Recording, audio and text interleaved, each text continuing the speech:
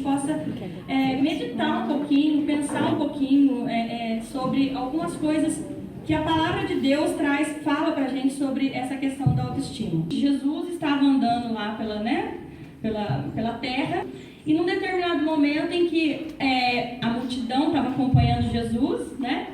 Uma mulher que ouviu falar de Jesus, e já fazia 12 anos que ela sofria de uma hemorragia, ela ouviu falar da fama de Jesus, ou seja, ela ouviu dizer que Jesus já tinha curado o cego, já tinha curado o mudo, já tinha curado um endemoniado, já tinha feito um monte de coisa.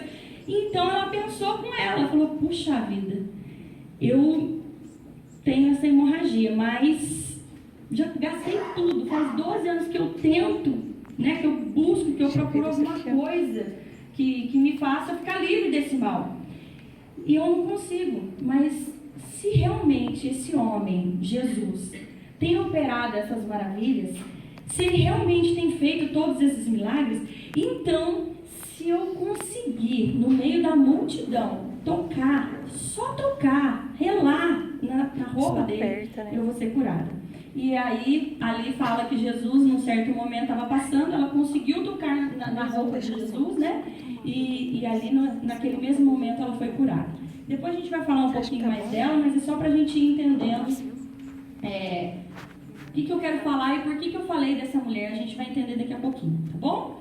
Primeira coisa que eu queria falar com vocês, qual é o nosso tema de mulher para mulher, como anda a sua autoestima. Então eu pergunto para vocês hoje aqui, como anda a sua autoestima? Assim? E bem com a vida?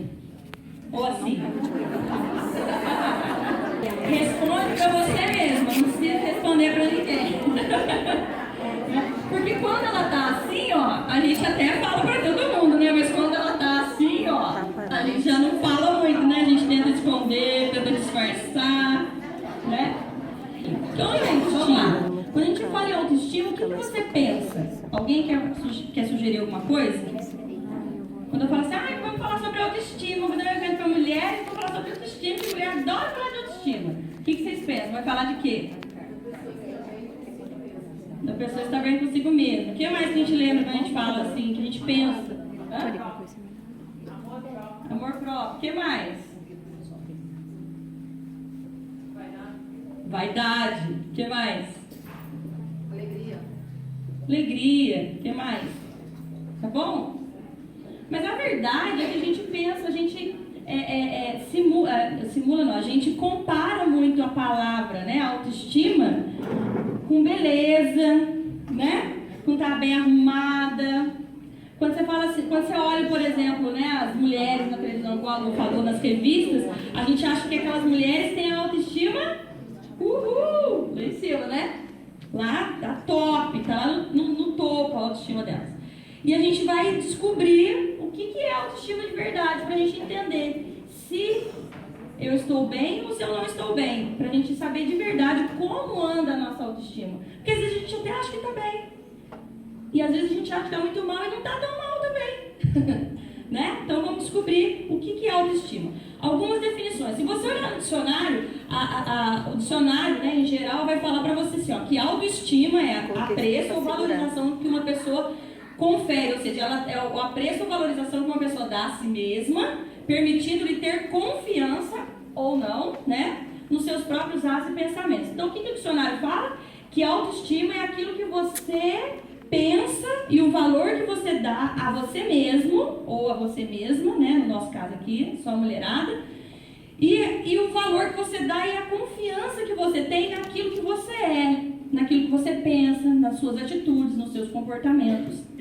Tá? Então isso é o que o dicionário diz que a autoestima é. O que a psicologia, né, fala sobre autoestima?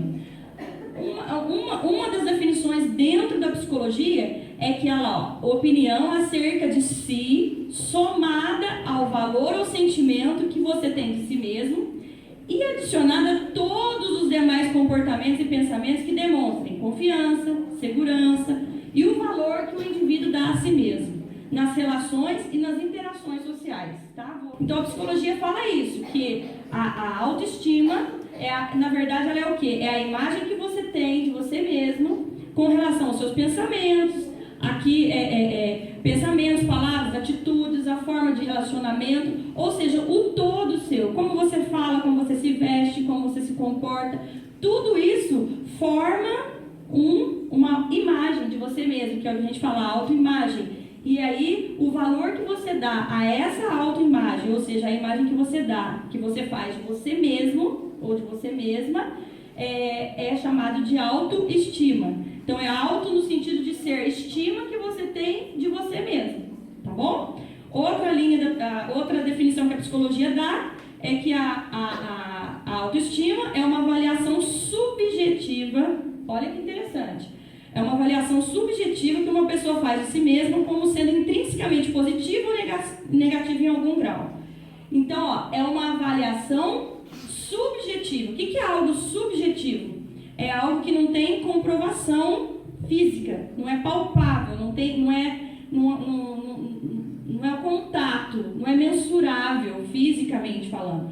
Por que é subjetivo? É algo que você imagina. Você observa, que você cria com observações do ambiente, da forma como você é tratado, de várias situações que são repetidas na vida da gente, que vão formando uma ideia do valor que a gente tem para a gente mesmo e para as outras pessoas. E a Bíblia? O que a Bíblia fala da autoestima? A Bíblia fala assim, ó, assim como o homem imagina na sua alma, assim ele é. Baseado nisso que eu falei, do que é autoestima, a gente pode também definir aquilo que não é autoestima. O que não é autoestima? Quando a gente vê alguém que tem muito cuidado com a aparência estética, a gente acha que aquela pessoa tem muita autoestima, né? Porque a autoestima dela está lá em cima, né? Não é verdade? Normalmente. Quem, por exemplo, é igual pegar o exemplo da Lu, que ela já deu depoimento e eu sei que eu tenho liberdade para usar o exemplo dela. Como ela falou, a gente não conseguiu trazer as fotos, mas do mesmo jeito que ela é hoje, anda muito bem arrumada, muito bem maquiada e tal, ela sempre foi assim, mesmo quando ela estava na neura da magreza, né? E ela sempre gostou disso. Mas quem olhava a Luciene na rua, e via ela sempre muito bem arrumada, muito bem maquiada, quem não se aproximasse não sabia que ela tinha problema sério de autoestima. E é por isso que ela tentava tanto parecer bonita, porque ela tinha que esconder a dificuldade interior dela, as inseguranças dela, né? Então, por isso que, na verdade, o cuidado com a aparência estética nem sempre é sinal de autoestima. Então, quem tem muito cuidado com a aparência e autoestima, pode ser que ela esteja com uma boa autoestima, mas pode ser que não também, tá? Não é sinônimo de autoestima, muito cuidado com a aparência e estética. O que mais? O descuido também não é. Uma pessoa, no sentido descuido, que sentido? Porque às vezes a pessoa não gosta, às vezes ela não gosta de andar maquiada, não gosta de salto, gosta de andar de sapatilha. Eu mesma, depois que tive filho, hoje eu tô de salto, mas é só sapatilha. Eu amava salto, agora a gente usa salto assim, nesses momentos que as crianças estão em casa, né? Porque você tem que correr atrás. Então, porque nem sempre... por que eu tô falando isso? Porque a gente põe aquele padrão daquela pessoa muito assim, né? No padrão da moda, no padrão de beleza, da mídia. E a gente acha que aquilo lá, quem não tá, é porque não tem boa autoestima. A pessoa não gosta dela, porque ela não gosta de passar batom, ela não gosta dela. E não é verdade, né? Pode ser que normalmente, quando a gente gosta da gente, a gente se cuida. Mas não significa que tem que ser... tem que ser esse padrão. Passar batom, fazer escova no cabelo, passar chapinha. Não, tem que ter o cabelo enrolado. Não existe um padrão que mostre que eu gosto ou que eu não gosto de mim. Bom? Poder de persuasão. Pessoa que consegue convencer bem as pessoas, fala muito bem, e a gente acha, nossa, aquela pessoa ali é poderosíssima. Mas você vê que ela fala bem, porque, nossa, tem maior poder. Nossa, essa aí ela se ama, ela se acha. E às vezes não, né? Às vezes ela tem o poder de persuasão justamente e ela usa aquilo porque ela está justamente tentando esconder uma insegurança também. Humor excessivo, né? Pessoas às vezes querem chamar tanta atenção, querem provar tanto que ela está bem, que ela até incomoda, né? Tanta piada, de tanta coisa, de tanto riso, até quer chamar atenção. Então, claro, tem pessoas bem-humoradas que têm boa autoestima. Vocês estão entendendo que eu estou falando que não é sinônimo? Porque a gente às vezes, né, é pego e é enganado por essas coisas aí. Alto desempenho profissional. Nossa, aquele cara lá está no topo da empresa. Aquela mulher lá, nossa, auto-executiva, não sei das quantas lá, Nossa, é empresário, tem uma empresa, tem um salão, tem sei lá o quê. Nossa, essa pessoa é realizada. Nem sempre. Independência crônica. Aquela pessoa que é muito independente, a gente acha também, nossa, que autoestima, né? Ela não precisa de ninguém, ó, você resolve tudo sozinho, nem sempre. Né? Superproteção ou supercontrole e sentimento crônico de superioridade, porque a superioridade também, né, se achar melhor o tempo todo que todo mundo, ninguém é melhor que todo mundo o tempo todo, né? Vamos lá? Tudo bem, a gente viu o que é autoestima e o que não é autoestima, mas como que esse negócio de autoestima é formado? Por que tem gente que tem baixa autoestima e tem gente que tem alta autoestima, né? Ou, melhor dizendo, tem uma autoestima saudável. Por que tem gente que não tem autoestima saudável e tem gente que tem? Como que ela é formada? 3 coisas basicamente formam a nossa autoestima. A afirmação, vai dar certo, vai, tenta de novo. Aí às vezes você fica meio brava, a criança desequilibra, cai, não quer tentar, no caso do meu menino lá, né? Ele sempre foi muito pecado, não de cair e tal. Nossa, pra gente conseguir fazer ele andar de bicicleta sozinho, só pra convencer ele ir lá treinar, era um sacrifício, porque ele não queria cair de jeito nenhum. Filho, cai mesmo, mas aí eu vou machucar, não quero cair, você quer, tal. Aquela confusão. E aí você tem que dar muito estímulo, né? Muita, que também não adianta afirmação verbal mentirosa, falsa, a gente sabe quando não é verdadeiro, né? Não adianta também. Então, afirmação verbal positiva. Mas também tem a negativa, né? Olha lá pra você ver que beleza. Ó, tem alguém ali fazendo alguma afirmação verbal ali naquele momento? Tá faltando, então é negativo. Tá faltando a afirmação verbal, cada um na sua ali, né? Pai, a mãe, a filha. E aqui o que, ó, uma mãozinha cheia de palavras. Não sei se tá dando para vocês perceberem aqui. É uma mão que está formada por várias palavrinhas, ou seja, palavras que às vezes sufocam a gente, né? Quantas palavras a gente ouviu que na verdade nos sufocaram? Que foram afirmações, ou seja, foram palavras que disseram que não foram boas, que foram negativas, né? Que foram negativas. Ah, você não vai conseguir mesmo, pra você ver, não. Na nossa família ninguém consegue mesmo. Na nossa família ninguém estudou. Você acha que você vai estudar? Você? Não vai, filho, não adianta, né? Então, às vezes a gente não escutou muito assim, você é burro, você é burra. Nossa, mas que tapada. Mas às vezes a gente escutou tanto o pai e a mãe falar que, não, nossa, na nossa família ninguém deu em nada. Pronto, isso já é uma afirmação verbal negativa. A criança escutou tanto aquilo que na família dela ninguém deu em nada, ela faz parte daquela família, então ela também não vai dar em nada. E aí você cresce achando que você não vai dar em nada, né? Vamos pra frente. Toque físico saudável. Ai, gostoso? Ai, belezinha? Gostaram, né? Mas o que é o toque físico saudável, gente? É isso aí, beijo, abraço, carinho, cheiro, passar a mão no cabelo, né? Dar um toquinho no rosto, um toquinho no queixo, não necessariamente pegar no colo só, né? São coisas pequenas, né? Igual ali, um abraço, um beijinho de boa noite. Quanta diferença esse toque físico faz, né? E quanta falta, quando ele não existe, ele faz, né? Quantas mulheres, quantas de nós têm tantas dificuldades, às vezes, até no caso as casadas, né? No casamento, tem dificuldade no relacionamento conjugal, na área sexual, por exemplo, porque ela não aprendeu a ser tocada. Ela não aprendeu a ser tocada de forma saudável, né? Não estou dizendo necessariamente que sofreu um abuso, que também é um caso também seríssimo e que vai causar problemas. Mas estou dizendo, às vezes, por exemplo, o pai não tinha o hábito, né? A gente conhece, gente, pessoas e pais, por exemplo, né, mais tradicionais que nunca viram, principalmente se for menina, a filha sem roupa, nunca deu um banho, nunca trocou uma fralda, né? Até aí tá, tudo bem, né? Mas também tem pais que nunca pegou no colo, né? E a menina, o primeiro grande amor da vida da menina é quem? Pai, né? Pro filho, o pai é o herói. Pra filha, o pai é o príncipe encantado. Como que ela vai aprender a forma saudável de ser tocada por um homem, de ser amada, de ser recebida bem por um homem, de não aceitar qualquer coisa, né? De não aceitar qualquer toque na hora que for namorar, na hora que... Como que ela vai aprender isso? Se ela tiver um bom relacionamento com o pai, isso vai ser 99% do caminho dela conquistado na autoestima feminina. Por quê? Porque quando um rapaz for querer fazer qualquer coisa com ela, ela não vai aceitar menos do que o pai dela deu para ela. Agora imagina aí, de repente, o que você recebeu de toque físico do pai. Dá pra saber que essa afirmação aí você sabe se você aceitou menos ou mais, né? Então, o toque físico das meninas é a mesma coisa. A gente acha que menino, quem tem filho homem, acha que menino não precisa de afeto, né?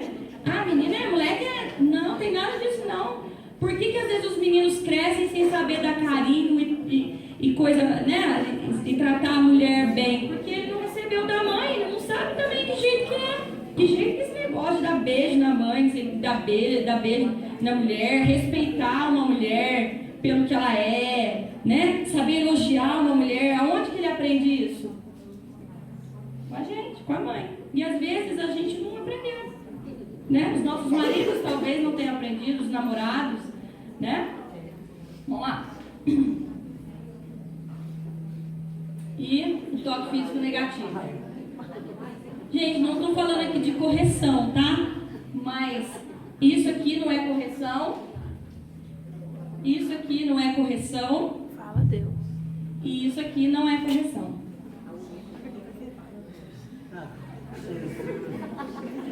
E a gente recebeu bem isso, né? A geração aí, pelo menos a minha para trás, a maioria deve ter recebido. Por que eu estou falando isso? E eu estou falando superficialmente do toque físico aqui. Porque a autoestima, gente, pessoas que foram muito espancadas mesmo, né? Tem gente que apanhou de fio de ferro, de vara de pescar, de que, deixa eu pensar aqui, de régua de costura, sei lá, né? Pedaço de pau, copo, prato, mangueira,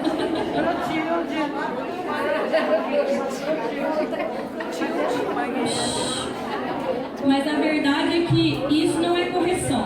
Quando nós corrigimos nossos filhos dessa maneira, agora falando para quem tem filho, quando nós estamos corrigindo nossos filhos dessa forma, não só agressivamente na parte física, mas também verbal, né? Esses dias a gente estava em São José da Alegre no Dia das Mães e eu estava falando lá que às vezes a gente passa mesmo o limite, que ninguém é perfeito. Eu falei, nossa, teve um dia que eu falei com meu filho de uma forma tão grosseira que eu fiquei pensando, meu Deus, se alguém tivesse falado comigo daquele jeito, e aquilo me doeu tanto depois que eu ficava pensando na carinha dele, ouvindo aquilo, tipo assim, puxa, minha mãe, não falei um palavrão, nada, mas o tom que eu usei, a forma que eu falei foi tão grosseira, que eu falei, gente, que coisa feia.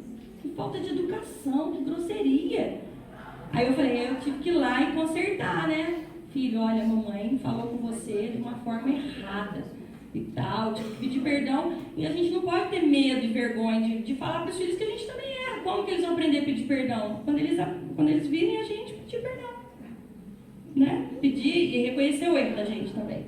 Mas por que eu estou falando isso? Porque a agressão, ela não é só física. Aqui eu estou mostrando a agressão física. Mas a verdade é que a agressão ela pode ser verbal, como a gente falou ali, afirmação verbal negativa. O que é uma afirmação? É quando você diz que uma coisa é. Você pode dizer uma coisa positiva ou você pode dizer uma coisa negativa. Estão imaginando, gente, que tudo isso forma mesmo quem a gente é? A forma como a gente enxerga a gente? Investimento pessoal positivo. Vou passar aqui rapidinho. Passar tempo, gente, com os filhos. A gente acha, às vezes, até passar aqui, que, por exemplo,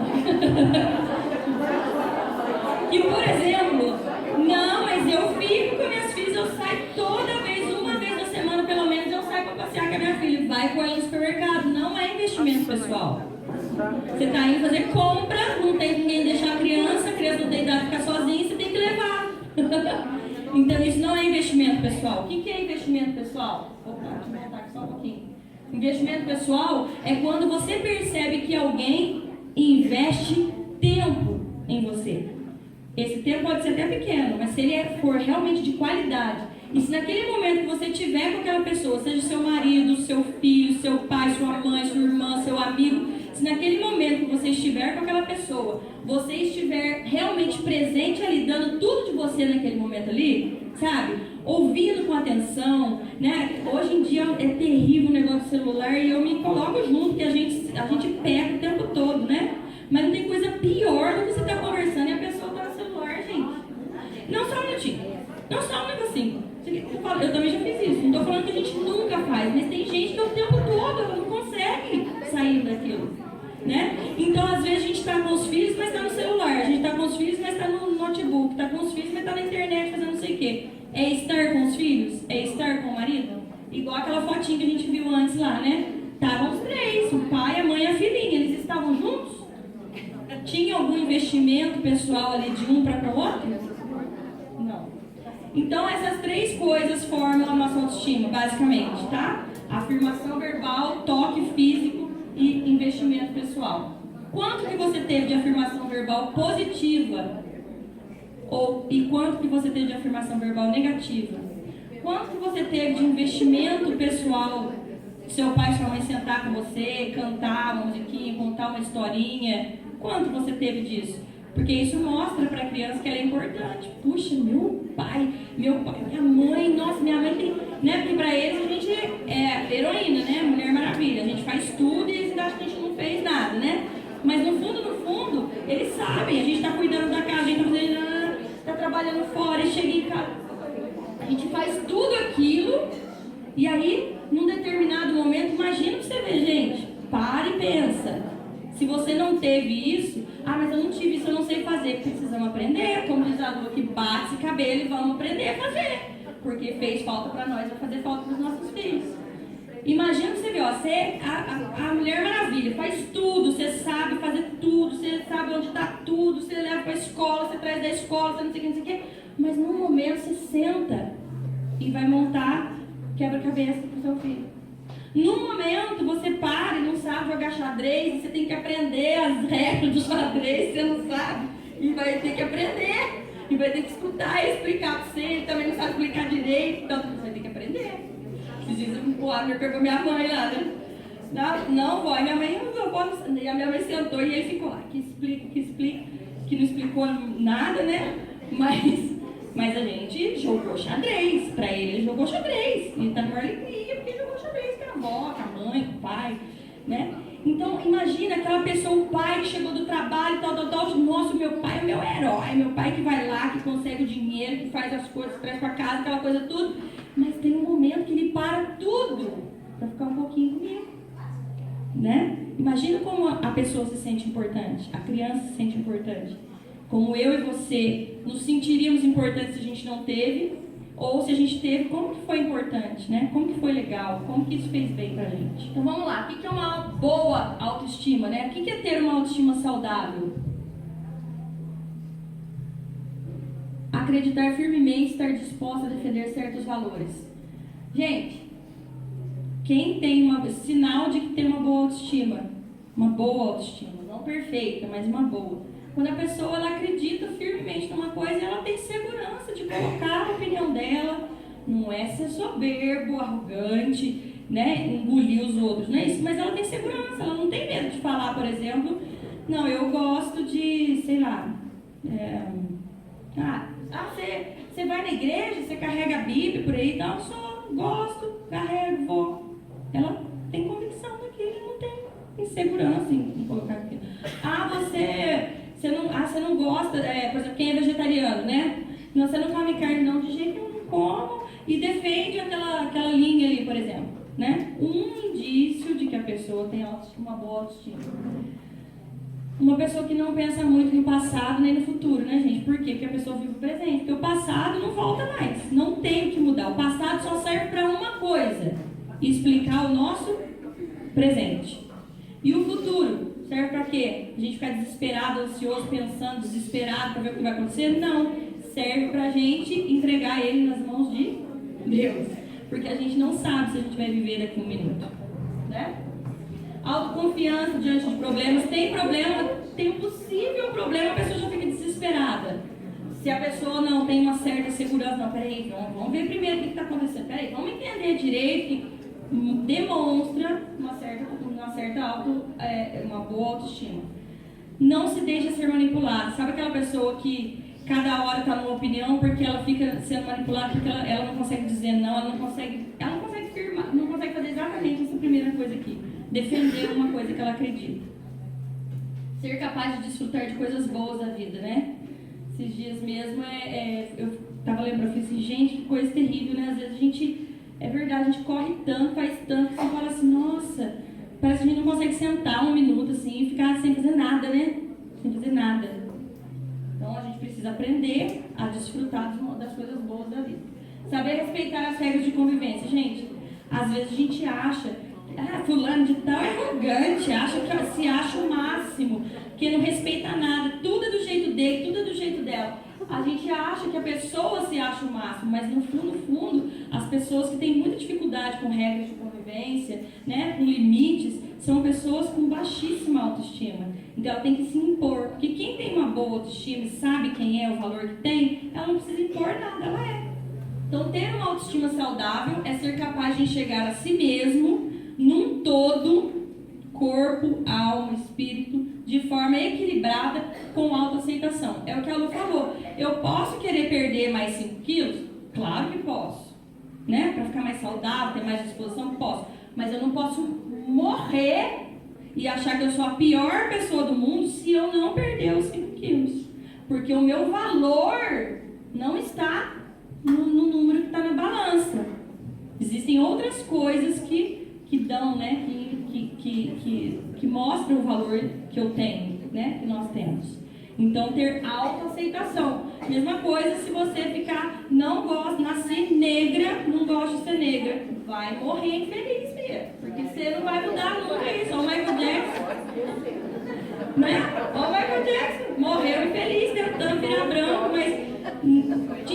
Ele era branco? Não era branco. Ele tentou ficar branco, a cor da pele ficar branco. Não fica branco quem não é branco. Ele era negro. E era um negro bonito, né? Outra coisa, ai, nossa, eu queria ter nascido eu queria nascer no Japão. Filho, não tem jeito, o seu zoinho pode ser um pouquinho cortadinho, mas japonesa você não vai ser. Você não é, não é descendente lá. Então, algumas coisas que a gente não pode mudar, a gente tem que ter autoaceitação, aceitar a gente do jeito que a gente é. Posso melhorar? Posso melhorar. Devo melhorar? Devo melhorar. Vamos sempre pra frente. Porém, eu não posso me valorizar por aquilo que eu não posso mudar e achar que eu sou a pior pessoa do mundo por causa disso. Então, o que é ter uma autoestima saudável? Você ter um equilíbrio entre aquilo que você é, né? Aquilo que você pode olhar para você e falar assim, puxa, essa sou eu, que legal, né? Que legal. Quando a gente consegue olhar pra gente e falar que legal, começando a ter uma boa autoestima. E a baixa autoestima? Alguns sinais. Nós não vamos entrar em detalhes, senão não dá tempo, tá bom, gente? Mas alguns sinais de que a sua autoestima não está legal. Nenhum entendimento de si mesmo, sentimentos de isolamento e ansiedade frequentes. O tempo, com frequência, a pessoa prefere estar isolada. A pessoa prefere estar sozinha. A pessoa não consegue se enturmar, se entrosar com nada e tal. Ou está ansioso o tempo todo. Necessidade constante de aprovação e reconhecimento externalizado. Aquela pessoa que o tempo inteiro fica perguntando: você acha que tá bom? Você acha que foi bom? Se deu certo? Olha, você não falou que a comida estava boa hoje. Olha, você não falou que eu limpei a casa. Olha, você não falou que eu passei sua roupa. Você não falou. Fica o tempo inteiro buscando algum elogio, algum reconhecimento. E irritabilidade constante. Irritabilidade constante é um negócio interessante. Porque a gente acha às vezes que a pessoa irritadinha é uma pessoa só nervosinha, irritadinha, mas que ela não é... que ela não tem tristeza, né? A gente acha que o irritadinho não é triste. E às vezes a irritabilidade é uma forma de esconder uma baixa autoestima seríssima. E depressão, irritabilidade constante pessoa muito explosiva constantemente, também sintoma de depressão. Por que eu estou falando isso? Por que isso aqui é importante? Gente, de repente você precisa procurar alguma coisa. De repente você vai falar assim, nossa, estou com tudo isso aqui, ou estou com isso aqui, nossa, preciso procurar alguém. Agora aí, ó, a influência familiar na baixa autoestima. que a família pode influenciar? O que a família pode fazer para que vai contribuir para que a gente tenha uma baixa autoestima? Perceber a família conflituosa faz a gente ter baixa autoestima. Ambiente familiar empobrecido física, emocional e intelectualmente. Os pais, né, que às vezes teve um filho sem planejar alguma coisa, aí acha que o filho é um peso, transfere aquilo, às vezes nem fala, mas transfere aquela coisa, né, não consegue estar junto, aquela, né, má vontade de estar junto, transfere isso pra gente às vezes. Família que não tem limites, regras claras, família com sistema de punição baseado na forma de perda de amor, na forma de punição, não tá? Na forma de punição severa e perda do amor. Sabe aquela coisa? Né? Você vai fazer assim, mamãe não vai te amar mais, mamãe não vai gostar mais de você. Ser menino feio, mamãe não vai gostar mais, mamãe não quer mais, ou papai, né, que seja. Às vezes a gente escutou e às vezes a gente faz isso, né, com os nossos filhos. Ou seja, se você não for bonzinho o suficiente, você não merece mais o meu amor. Sendo que o amor ele é incondicional, né? E outros fatores ali também não dá pra gente entrar. Então vamos para a parte prática. Como que eu preciso trabalhar minha autoestima? Como fazer então? Puxa, se eu não estou bem, como que eu vou melhorar minha autoestima então? Algumas coisas para melhorar a autoestima. Reserve um tempo para você fazer aquilo que você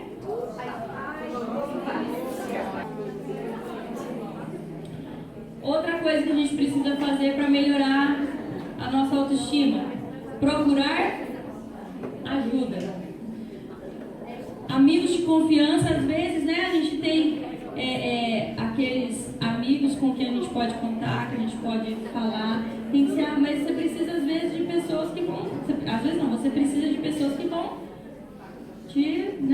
trabalhar realmente sua autoestima. De repente você precisa abrir o coração e contar uma dor sua. A palavra de Deus fala que a gente precisa confessar as nossas dores uns aos outros para que a gente seja curado, né? Então há um refrigério quando a gente desabafa alguma coisa. Tem pessoas que às vezes sofreu situações, abuso sexual ou qualquer outro tipo de abuso ou qualquer situação constrangedora e que às vezes ela nunca contou pra ninguém. E ela vive uma vida, né? Como a mulher do fluxo de sangue lá. Viveu 12 anos rejeitada na sociedade, andando pra lá, né? Isolada, sem falar com ninguém. Ela precisou fazer alguma coisa em algum momento. E às vezes um amigo, às vezes uma ajuda profissional. A gente tem muito preconceito ainda em relação a procurar psiquiatra, a procurar psicólogo. A gente acha que é coisa de gente louco, né? Então, acho que eu sou meio louca, então. Né? Eu tenho uma coisa pra mim, eu só não quero permanecer do jeito que eu sou. Enquanto eu não resolvo o negócio, eu vou atrás. Então, a gente precisa, às vezes, de um médico mesmo, né? Um médico mesmo, tá aí a ciência pra... Às vezes você tá com desequilíbrio hormonal, tá depressivo, porque você tá precisando só equilibrar seus hormônios. E tava sofrendo, sem qualidade de vida, porque não posso. Pois imagina, o que eu vou pensar? O que isso, o que aquilo? A gente vai pensar nada. O que você vai pensar de você, da sua vida? O que você pensa do que a sua vida é, do que a sua vida tem sido? E agora uma coisa que eu queria falar, assim, que ia voltar, né, pra gente já ir encerrando daqui a pouquinho, é falar um pouquinho sobre o que Deus pensa a respeito da mulher. Porque a verdade é que às vezes a gente vê assim, né, uma sociedade ainda muito machista, né? E a impressão que dá é que a mulher mesmo foi feita e largada aí no mundo para ser o capacho e, né? Vamos deixar do jeito que der, vamos empurrar do jeito que der. Mas a verdade é que é muito importante a gente saber e descobrir que Deus, Ele se importa com a gente. Fala assim, mas na Bíblia mesmo tem um monte de lugar lá que a mulher não podia falar, que não sei o quê, né? Então as pessoas às vezes não podia falar na frente de uma comunidade. Não pode fazer isso, a mulher era desprezada por causa disso e por causa daquilo. As pessoas pegam às vezes algumas coisas, né, isoladamente, né? Fora do contexto, aí vira um pretexto para um monte de coisa, né? Mas a verdade é que Deus quando Ele criou a mulher, o propósito de Deus, quando Ele criou a mulher, é que ela fosse alguém tão importante quanto o homem. Tanto é que Ele criou o homem e Ele disse para os dois. Criou Deus o homem e a mulher e disse para os dois, olha, sejam fecundos, governem, dominem a terra. Ele não disse assim, olha homem, governe você, olha homem, domine você sozinho, viu? Eu fiz a mulher aqui, mas você não precisa dela não, tá? Ela não serve de nada, é um acessório. Você que é o bonzão aqui, você... Não, se fosse isso também, para que ele ia criar a mulher, né? Não precisava ter criado.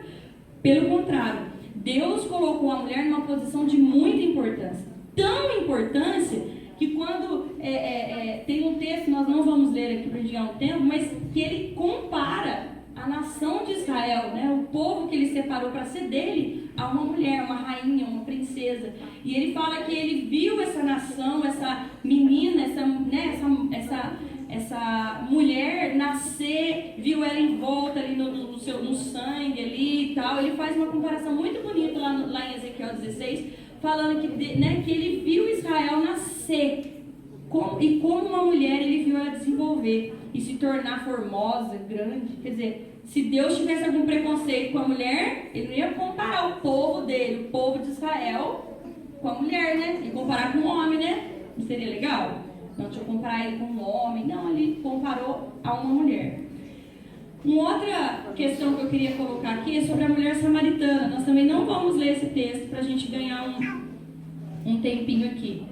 Mas a mulher samaritana, né, ela era de Samaria, da cidade de Samaria.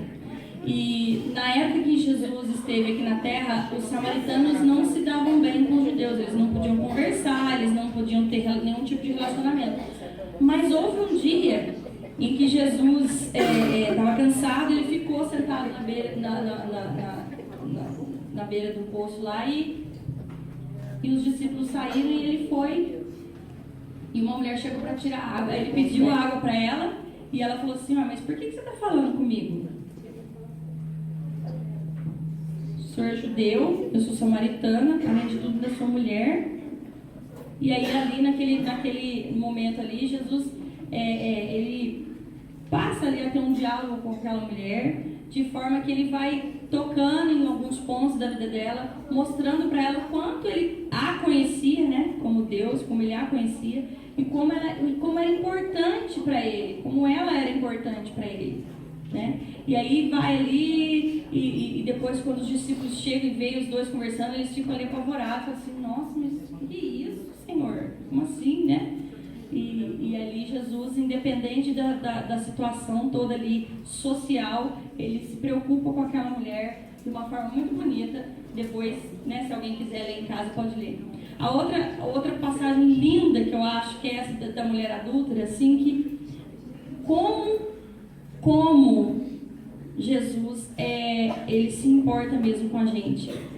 Uma mulher adúltera naquela época, segundo a lei dos judeus, quando ela era pega, né, em adultério, a mulher e o homem eles deveriam ser apedrejados até a morte. E Jesus estava num lugar e os religiosos lá chegaram com aquela mulher, né, trazendo aquela mulher ali diante de Jesus para testar o que Jesus ia falar, e fala assim para ele assim, olha aqui, mestre, essa mulher foi pega em flagrante adultério. E, gente, se ela foi pega em flagrante adultério, significa que eles viram no momento a mulher e o... Mas quem foi levada lá? Porque a mulher ela era desprezada na sociedade antiga, né? Bem desprezada, totalmente desvalorizada. E aí Jesus vem e faz exatamente o contrário. Ele vai contra tudo que aquela sociedade fala, né, dizia, e ele olha para aquela mulher com um olhar de amor, com um olhar de aceitação, com um olhar de misericórdia, com um olhar de perdão. E ele, né, aqueles religiosos, aquelas pessoas ficam ali pressionando Jesus para ver o que ele fala, e a Bíblia fala que ele abaixa no chão e começa a escrever na areia, né, na terra, e aí eles, e aí Jesus, vamos lá, a lei de Moisés fala que a gente tem que apedrejar. O que o senhor fala? Vamos ver se esse homem é bom mesmo, se esse é um homem de Deus mesmo, né? E o que acontece? Jesus olha para aquela mulher, olha para aquelas pessoas, e ele não fala do pecado dela nem de ninguém, mas ele diz o quê? Olha, aquele que não tem nenhum pecado, aquele que não tiver pecado, seja o primeiro que atire a primeira pedra. E aí, né, a Bíblia fala que um a um foi soltando a pedra no chão e foi saindo, né, se retirando, e num determinado momento fica Jesus e a mulher. E ele olha para aquela mulher e ele fala, né, para ela: mulher, onde estão os teus acusadores? Ninguém te condenou? Então eu também não te condeno, né? Mas vá e não peques mais. Então Jesus, olha que coisa linda, olha que forma de trabalhar a autoestima daquela mulher. Vocês imaginam como que aquela mulher estava envergonhada? Gente, descobrir um adultério já não é mole. Você pega no ato do adultério, na cama em adultério. É isso que aconteceu com aquela mulher. Vocês imaginam, se hoje já seria uma situação super, ultra constrangedora, imagina naquela época. E ela tinha tudo, ela estava com a sentença de morte, mas Jesus chega para aquela mulher e mostra para ela, com todo o amor que só ele, né, tem, fala para ela assim: olha, mulher, você não muda de vida assim, mas olha, não vou te condenar, eu te aceito, eu te recebo, né?